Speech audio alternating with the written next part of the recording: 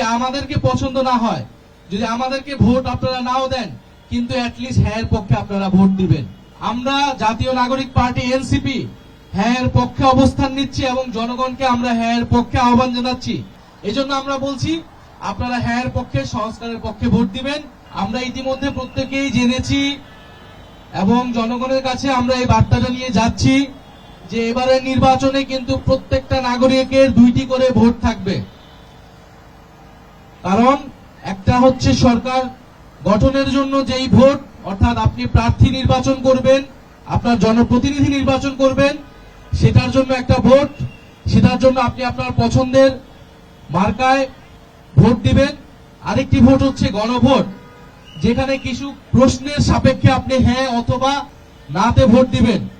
গণ অভ্যুত্থানের পরে সময়টা জুড়ে আমরা যে ঐক্যমত কমিশনে ফ্যাসিবাদ বিরোধী রাজনৈতিক দলগুলো নানান আলোচনা, সমালোচনা, তর্ক বিতর্কের মাধ্যমে জুলাই সনদ প্রণয়ন করেছিলাম, সেই জুলাই সনদের উপরে এই গণভোট অনুষ্ঠিত হচ্ছে এবং এই গণভোটে আমরা জাতীয় নাগরিক পার্টি এনসিপি হ্যাঁ এর পক্ষে অবস্থান নিচ্ছি এবং জনগণকে আমরা হ্যাঁ এর পক্ষে আহ্বান জানাচ্ছি।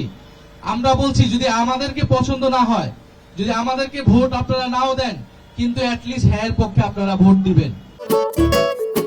খাবারের পছন্দ ভিন্ন হলেও মজার বেলায় সবাই এক। দল মত নির্বিশেষে আমাদের প্রত্যেকের দায়িত্ব এই হ্যাঁ এর পক্ষে ভোট দেওয়া। কারণ হ্যাঁ এর পক্ষে ভোট দিলে সংস্কার প্রক্রিয়া আগাবে, জুলাই সনদ বাস্তবায়ন হবে। গণ অভ্যুত্থানের পরে আমরা যেই ফ্যাসিবাদী স্বৈরতান্ত্রিক ব্যবস্থা, সিস্টেমের পরিবর্তন করতে চেয়েছিলাম, সেইটা কিছুটা হলেও পরিবর্তন হবে।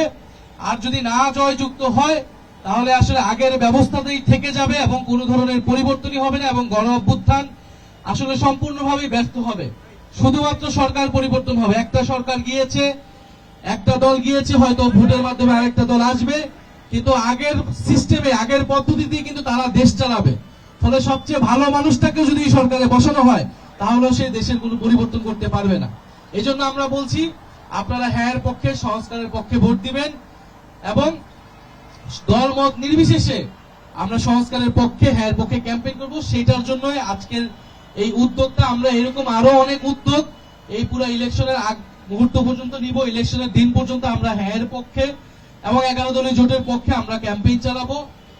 এখন বন্ধুগণ, আমাদের এই হ্যাঁ এর পক্ষে কথা বলা বা ভোট দেওয়ার জন্য প্রচারণা করার দায়িত্বটা আমাদের সকলেরই ছিল, সকল রাজনৈতিক দলেরই ছিল। কিন্তু আমরা দেখতে পাচ্ছি কোন বিশেষ রাজনৈতিক দল তারা ন্যায়ের পক্ষে কথা বলা শুরু করছে।